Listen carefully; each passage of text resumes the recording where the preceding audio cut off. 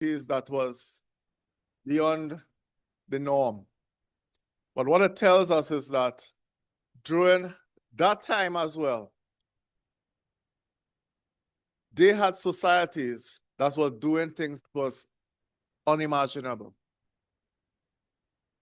We live in a society that we think that everything just happened or not too long happened. But the things that they face and the things that they experience, we also face the same thing. And what Paul is saying to them is really helping us to understand our predicament and what we are facing today also. You see, because on the issue of the first chapter, when he talks about the men using the natural use of the woman and burning with lust one for another, this is things that we experience today. You see? And he is giving advice and he's showing you how God responds to them or that situation and how he is going to respond to us too as well. He's also telling us how we should treat with the situation so that we could come out of the things that were written in this book. Now, as I said, transformation is important. Transformation brings presentation. And in order for us to really and truly present ourselves, that God will acknowledge us and God will be pleased with us, right? We have to do our part. It's very important. We talked a lot about grace last week as we entered into verse number 3. And what we're saying is that in order for transformation to be effective, grace must abound. Because in that transformation, we're going to experience some challenges. We're going to experience some difficulties. We want to get it right, but for some reason, it's not as easy as it should be, right? And I think it's in chapter 7 where it talks about, the things that I want to do, I do them not. And the things that I should not be doing, that I find myself doing. And he said, oh, wretched man that I am. But in saying that, is an opportunity to press on. And in pressing on, the grace of God continues to be applied to our lives until we get it right. You see, God shows mercy, he shows sympathy towards us. And in doing that, he helps us to understand that, look, you are not alone in this thing, in this fight. This fight is a fight that is going to present to you cuts and bruises, licks and lashes. It's going to give you that. But he's telling you, hold on. Because one of the things that I want us to know is that heaven is not a free ride. It's not an easy ticket. You're going to have to go through fire. They that live godly in Christ shall, is a guarantee, shall suffer persecution. And this is going to happen to us. But in the transformation, God gives us grace. But as we talk about grace, one of the things that we also will find in verse number 3 is that these Gentiles in Rome, they were both Jews and Gentiles, but these Gentiles in Rome, they had a problem. And Paul is addressing the problem. And he's telling them that, look, you need to fix yourself. You need to get your act together. But in getting your act together, the grace of God is going to take preeminence in your life. Right? Because you cannot do it by your own. You cannot do it on your own. It takes the grace of God to get it right. So let's read verse number 3. Well, let's read from verse 1 to 3, just to build back the context. Paul says in Romans chapter 12 and verse number 1 to 3, he says, I beseech you, therefore, brethren, by the mercies of God, that you present your bodies a living sacrifice, wholly acceptable unto God, which is your reasonable service. And be not conformed to this world, but be transformed by the renewing of your mind, that you may prove what is that good and acceptable, the perfect will of God. Verse 3. For I say, through the grace given unto me, to every man that is among you, not to think of himself more highly than he ought to think, but to think soberly, according as God had dealt with every man the measure of faith. This is what Paul is saying, that he has been given grace, and by extension, we have been given grace. So the church there had been given grace. But there was a problem in the church. And we see the problem that existed in chapter 11, where these Gentiles, they became beside themselves. Now, one of the things that we need to understand is that when the gospel came, it was to the Jews first. The Jews was the first recipient of the gospel. But many Jews rejected the gospel. And so it is the remnant that remained accepted it. And so we had the remnant that was in the church at Rome. But God didn't just call the Jews, he also called the Gentiles. And in calling the Gentile came into the church, and in some instances, they probably flooded the church too as well. Or they were outnumbered. They outnumbered the Jews. But what we see happening is that the Gentiles became beside themselves. But we got to understand that God enlightened Jews and Gentiles to a tree, an olive tree. And what he's saying is that the Jews are the real olive tree. And the Gentiles are like wild olive tree. But God, in his wisdom, has always intended for the Gentiles to come into the fold of God. He had always intended that. You see, in fact, before Israel, the whole world was Gentiles. But God took out of Israel, God took out of Gentiles to form a nation for himself called called Israel, right? The people are called Jews. So now you have Jews and Gentiles. And God will work his salvation through the Jews. And so it is the Jews were the people that were supposed to be chosen. The Jews are chosen people by God, but they were the first to come into the church on that day of Pentecost.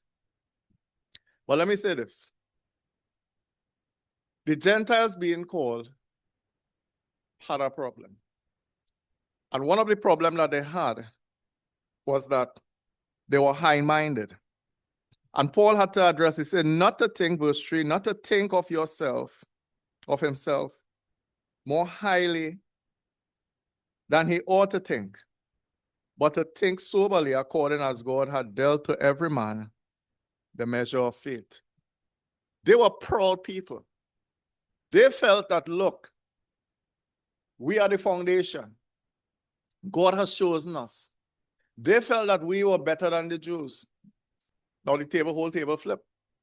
Because at one point in time, the Jews, and probably still is, at one point in time in the Old Testament, the Jews demonstrated that they were God-chosen people and they were better than any other people. This is how they think of themselves. If you want, you could look at John chapter 4, right? The woman at the well, and you'll see how they treated her. And they look down at people. And they call them dog, and they call them all kind of derogatory terms. That is the Gentiles. And here it is now, we are seeing now the whole table is flipped now, or is being flipped. And now the Gentiles, they think now that they are better than the Jews, because now that they are in Christ. And Paul is addressing the problem and letting them know that, look, don't think of yourself more highly than you ought to. You are grafted into the tree of God. You are not the original branches, like the Jews. And don't be proud. Don't be puffed up. Don't feel that you have an air about you.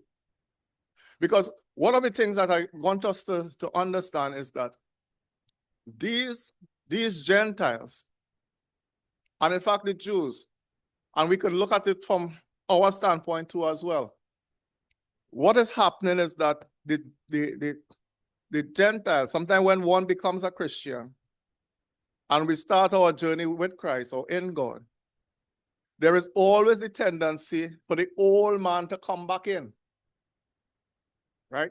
And what's the word? Yes, sir. There's a word that I have here.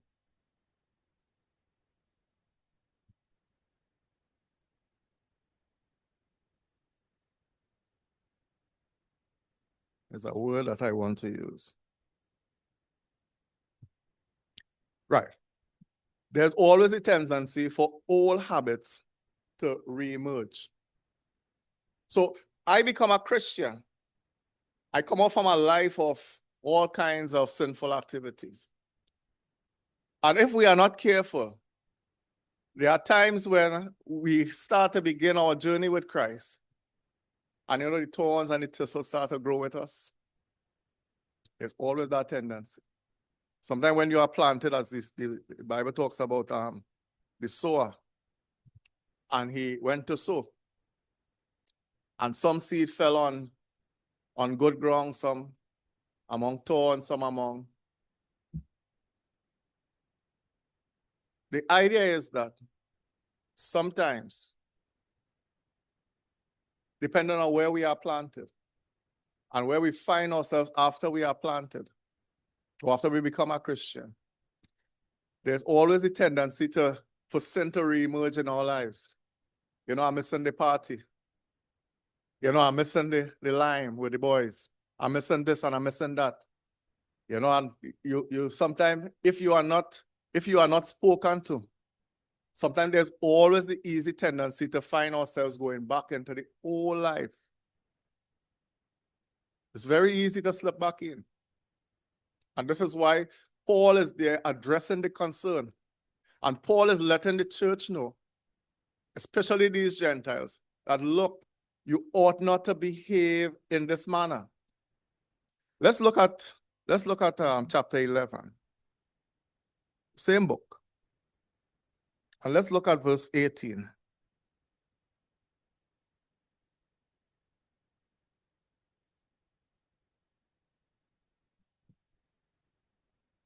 You look at verse 18 to 20. Let's look at 21 also. And this is what Paul was saying to these Gentiles. In verse 18. Romans chapter 12 and verse 18. Therefore had he mercy on, he will have mercy, on whom he will have mercy, and whom he hardeneth. Thou wilt say then unto me, will doth he yet find faith? For just no. Chapter 11. Yeah. I am also kind of there. Yeah. I didn't realize I was on. Yeah, I was reading on 9 there. Yeah.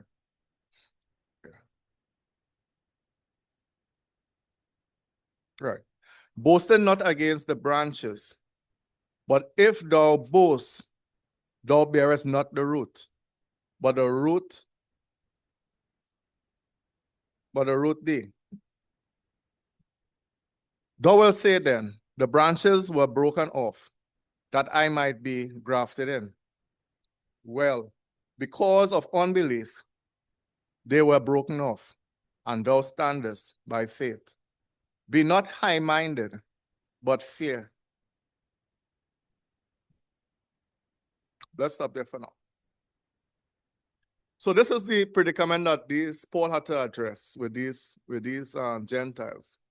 And these Gentiles, they seem to be bent on thinking that they were the foundation. And Paul had to remind them that, look, in all your boasting, I want you to remember this. You are not the foundation. You have been grafted in. And you have been grafted in because the Jews refused to accept the gospel. And so it is God has welcomed all. But Now that you are grafted in as part of the as a branch, as part of the stem or the trunk. And so you grow out of it, but you draw your nutrition from the root. You are not the root. And so he's telling them that, look, all your boasting, it is amounting to nothing because you are not the foundation. And so he's telling them now that in chapter number 12, that don't be high-minded. Don't find yourself boasting and feeling that you are better than. And so it is that there are times in our lives when we could find ourselves going back to the old ways. But hear what? As we go back, we need to be reminded, or we need to be taught.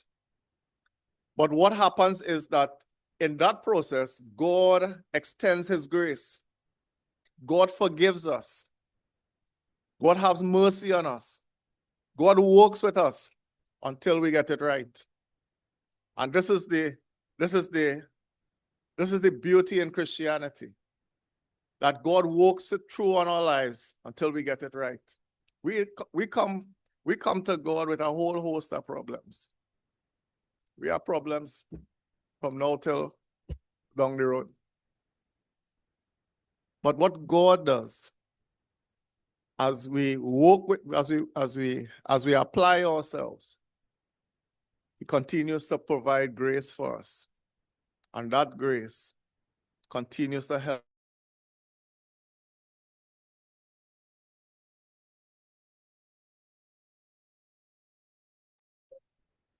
I say it could take it on to And we try until or it was on the other side. the slow Christianity brings. For the USBC was on the other The side. slow Christianity brings. Yeah. This is what the New Testament. It brings the imperfect man to perfection. Until it gets it No, right. Nico, The Old Testament, on the other hand, it's not like I that. got the two USB. The Old Testament, what it does, you have to be perfect. But man, because of his imperfection, couldn't get it right. That's why he became a slave to serve. Just couldn't get it right. But under Christ, we could get it right. Because it makes us righteous. Yes, it's. The old man would always be. He would always be laboring because his flesh. Yes. So he sent him to sin and to us. But God knows the ways. Not one look back. But today, the power you will look back, because still not doing still. Tomorrow, go forward and still just look back. And that, and still not doing still. God, why didn't have that? There is always a constant battle between the old man, or the battle between the spirit and the flesh. It's an ongoing battle. And this is why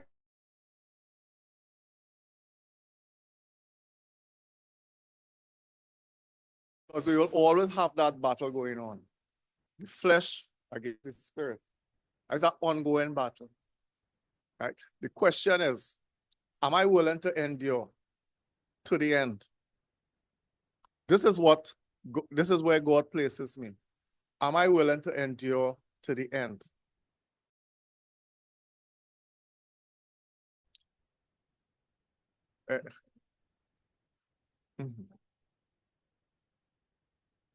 Yeah. Right? And this is why God had to save man. Now I want you to understand this too, as you raise that point. Where there is no law, sin is not imputed.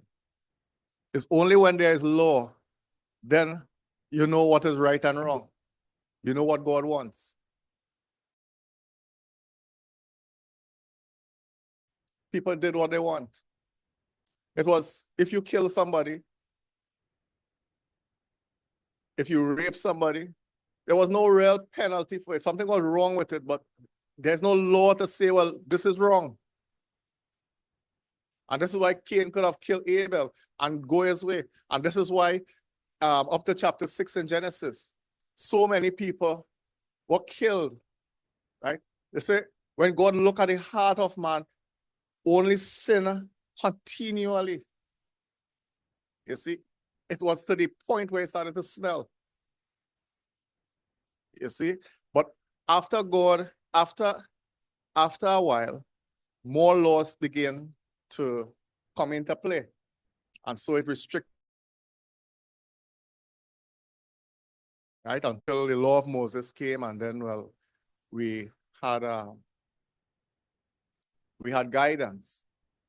Today you can't go and marry your brother, or you can't marry your sister. You can't do that. It's against the will of God. And why become against the will of God? Because God says you can't do it. You understand? And so this is how law takes effect. If they didn't say don't drive 80 kilometers on the highway, oh, wait, it's not 100. Well, I still at 80. I ain't reaching 100. Right, you can't drive beyond. It's a law. So now when you reach 100, instead of cross 100, they're looking for you. You understand what I'm saying? And because there's a law in place, it tells you can't do it. But if you didn't have no law, just go on the highway and drive. They ain't put no shoulder, they ain't put no lane, they ain't put nothing. Just drive. People will be all over the place. You think that highway there, people will be up and down on both lanes. Because we just driving. No law, no guidance. And this is how things was before law came into place. Right? God will give oral law, and the law will pass down and all that sort of stuff. But the real law to direct and to guide mankind came through Moses. And so it is, man know exactly what he had to do in order to please God and to serve God. Right? If you look at Romans chapter 2, those that live without law will be guided by such. Right? Because at the same time, even though there's no law, there's a conscience. Right? And we are guided by our conscience. You know it's wrong to interfere with people. Even though there's no law, your conscience will tell you something wrong. And that's what God will judge you based on conscience back in those days. Right? So every era has its own judgment. What's the word? Well, everybody has to account differently for the different eras, right? One said that good of God or the law of God is moving. Just so next to it, for the Gentiles, which have had not the law, do by nature the things that contained in the law by a law on themselves. So actually, you see how moving God is. There is no sin and there is no gap, but a perfect power. Those who are laborers will be judged by laborers. Those who are under law will be judged according to law. And those who have had not the law, do by the things contained in the law, by a law unto themselves. Let me try to explain that. You have 20 people in a room check. Nobody knows one, but someone committing a serious crime. And all of the 25 of them say, you know something, that is totally wrong. Out of conscience, the 25 say that. You by media, the things contained in the law, I am law unto themselves. So by conscience, God speaks to you. So what we see happening is that there is no getting away. There is no getting away. And not because I said there is no getting away, but they have no big stick and nobody yet.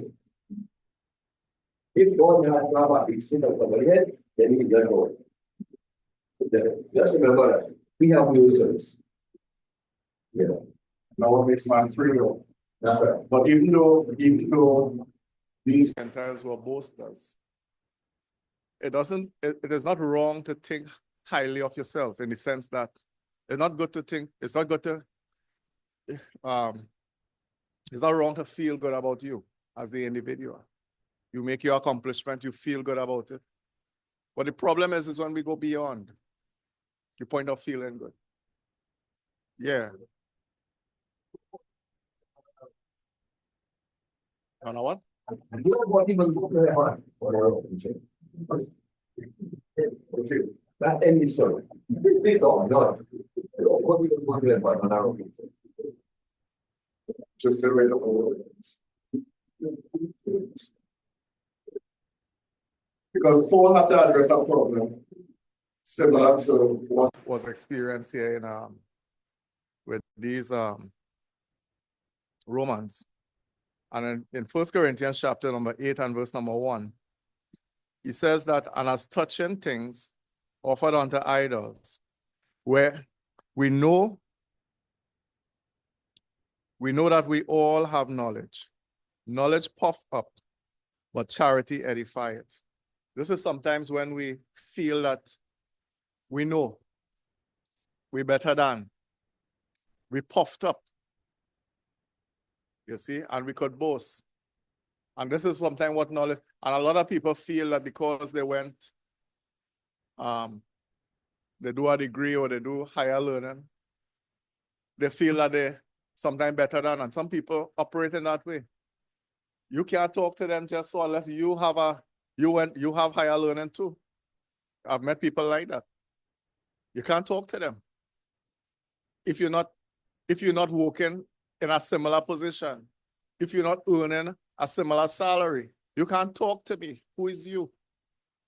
You see? And sometimes knowledge just brings us to that point. It does make us feel that we're better than. And this is what the experiences of some of these churches were experiencing, that they feel that they were better than. Well, let's move on. And, you know, one situation here that I just wanted to share with you in terms of humility and moderation is in John chapter 1 and verse number 24. This is what John had to say. John chapter 1, the Gospel of John chapter 1, from verse number 24. And they which were sent of the Pharisees, and they asked him, and said unto him, Why baptize thou then, if thou be not the Christ, nor Elias, neither that prophet? John answered them and saying, I baptize with water, but there standeth one among you, whom you know not. He it is who cometh after me is preferred before me, whose shoes latchet I am not worthy to unloose. These things were done in Bethabara, beyond Jordan, where John was baptizing. Right? I just wanted to show the attitude of John. He said, I am not the one. Even though I'm doing all this work and I'm drawing all this crowd, I am not the one. There's someone that you need to look for. John took no credit for himself, even though he was doing a good work. You see, he was baptizing people, and in doing that, he did a good work. Morning. Right? And we're just looking at the humility of the individual. And this is what God expects from us. A level of humility.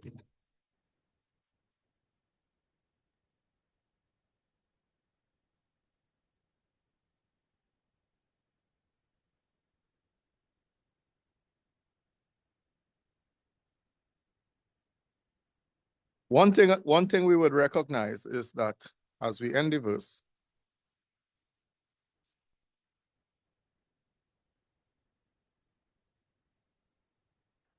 every man has a measure of faith which God has given unto him, which God has given to him. And one of the things that we're going to find is that everybody, as he comes in and he tries to transition now, to show you that, look, the mind needs to be developed, but as the mind develops, we cannot be boastful. We cannot allow the old man to reemerge. We must keep the old man in subjection. But hear what?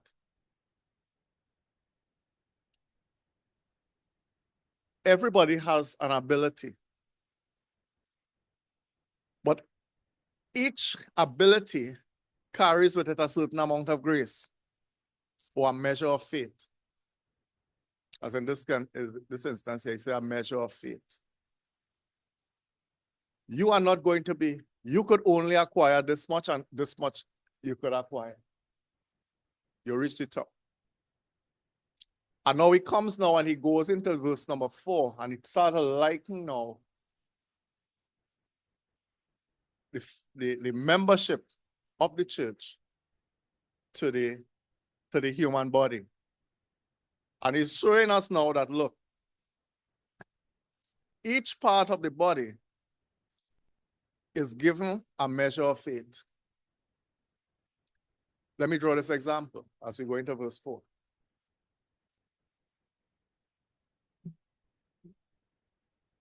The eye, let's deal with the blood and the human body. We'll use the blood as grace and the body part as the individual members. The eye does not receive as much blood as the legs. Would you agree with me? Does that make sense?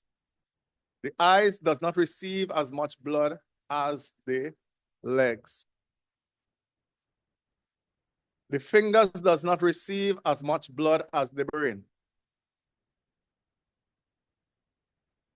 Each member is apportioned a certain amount of blood to function.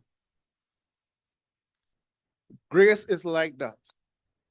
Each member, each person is given grace according to the ability that you have. Sometimes we live our lives in such a way that we are laden with sin. We have found ourselves doing all kinds of stuff. And so more grace is needed for that individual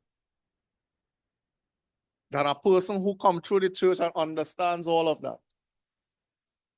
Not that you don't need grace, but you need the measure of grace.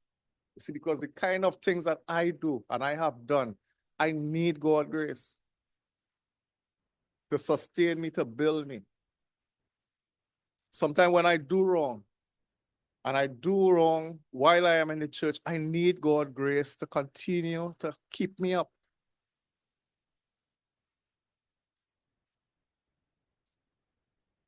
To sustain me.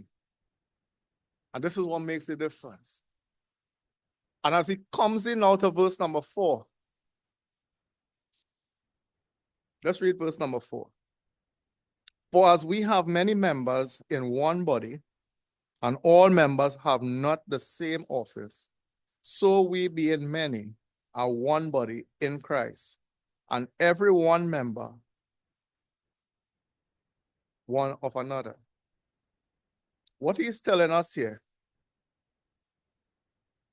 everybody don't have the same office. Each member of the body the human body does a different function.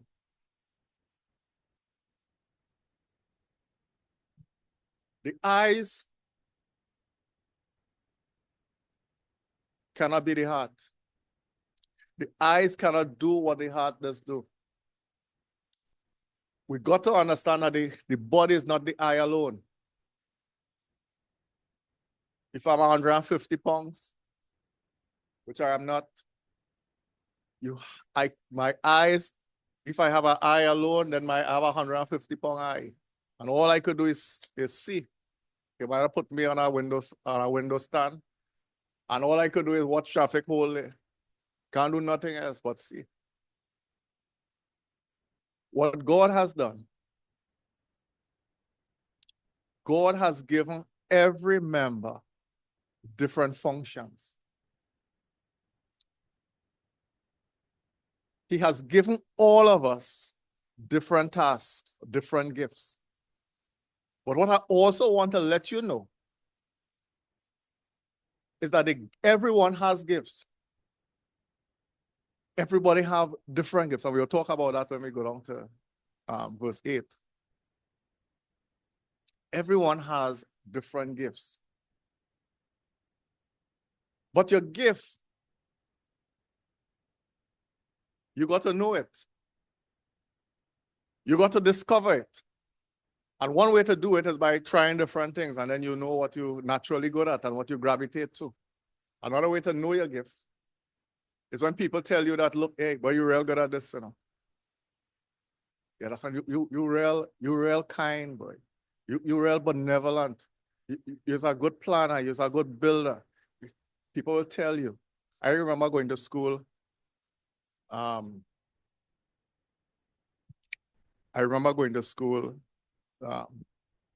ever since. And one thing that I always see on my report card, Ronald is reserved. Ronald needs to speak up. I got that from primary school. I got that in secondary school. I got that all the school that I went to. See, that was a common thread, and it tells me something. It tells me where my gift is. Just have to explore it. When people tell you who you are, and you hear it from multiple people, you got to stop and think, this might be my gift, whether you like it or not. You know, somebody was telling me the other day, you know, I look like police. Probably that was a gift, because I remember going to school when I came out of secondary school. A number of policemen stopped me and said, are you a police? No, I'm not a police. Would you like to be in a police service? I remember I was hustling. I used to go San Fernando Tech at the time. And so I used to hustle right to come down the road. So I'd just go up on the highway and just hustle right to come down Freeport. And I remember this police stopped me for, I think he was a superintendent or something. And he said, you know why I stopped for you? He said, you look like a police. He said, here what's going on. He said, I'm in charge of the police quarters in San Fernando. He said, I want you to come and check me, and I'm going to organize a work for you, because you have the traits of a police. But I never followed it. I never liked police, but probably that was supposed to be. I don't know. I never really liked, and there are probably good reasons too. Yeah. People tell you who you are. People tell you your gift. And sometimes you need to consider what is being said to you. Now, right, so we're talking about the body. And we're talking about gifts. But one thing I want you to know also is that your gift may not be your job. Your gift may not be your job, but your job may be your gift. Understand what I'm saying? Your gift may not be your job, but your job could be your gift. See, I could be working. I could be working as an electrician, but that is not my gift. My gift might be to teach. That's my gift in the kingdom. And this is where I use my gift. My gift may be to be an evangelist. That's my gift. Right? But if I use my gift to make my living, then my gift becomes my work. That's why I work to make my living. So I use my gift to make my living. But my earnings, my work that brings in my earnings, may not be my gift. I want us to get that correct. And so it is that we got to be mindful. And nothing is wrong with it. Don't think that anything is wrong with it. I just want you to be able to be clear on it. But one thing I want us to know, don't neglect your gift.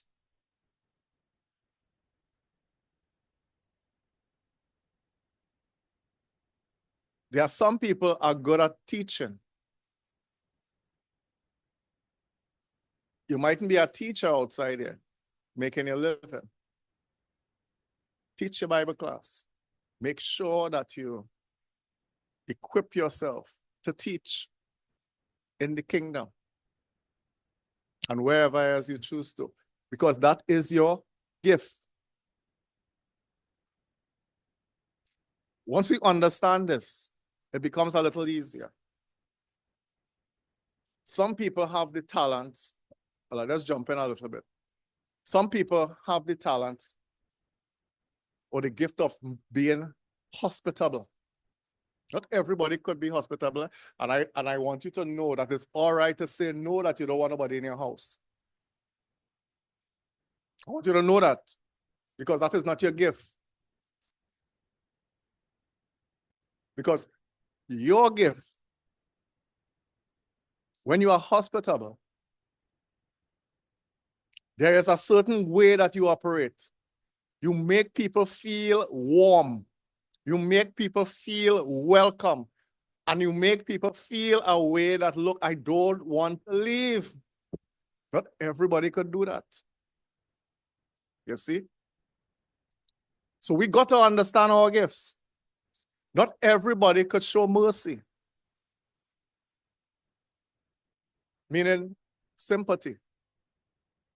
There are some people who are good at dealing with sick people and doing hospital and visitation. Some people are really good at that. Some people are good at helping people to come out of their bereavement. Some people are good at helping people come out of their miseries. They know how to show mercy. That is a gift. If I go to help you, I might add more sickness to your life. That is not my gift. And when we got to understand that, look, when the church comes together, we got to understand the gifts. And at some point in time, you would be the one that will be leading the charge, depending on what we are doing at the point in time. Because hear what? You are the man, or you are the person with the gift.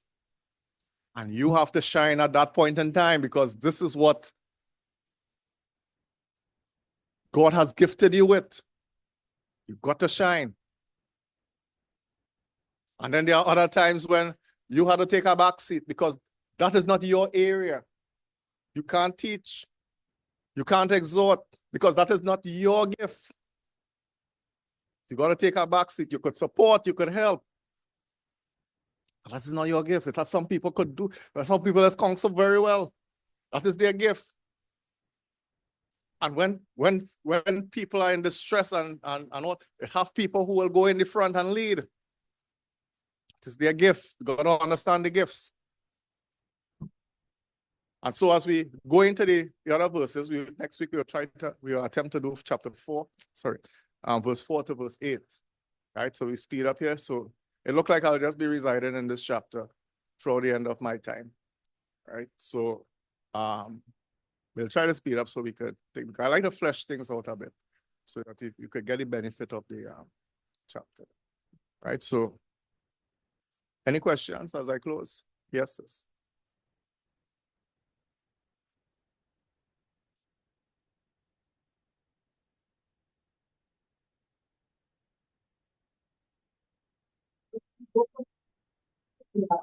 No,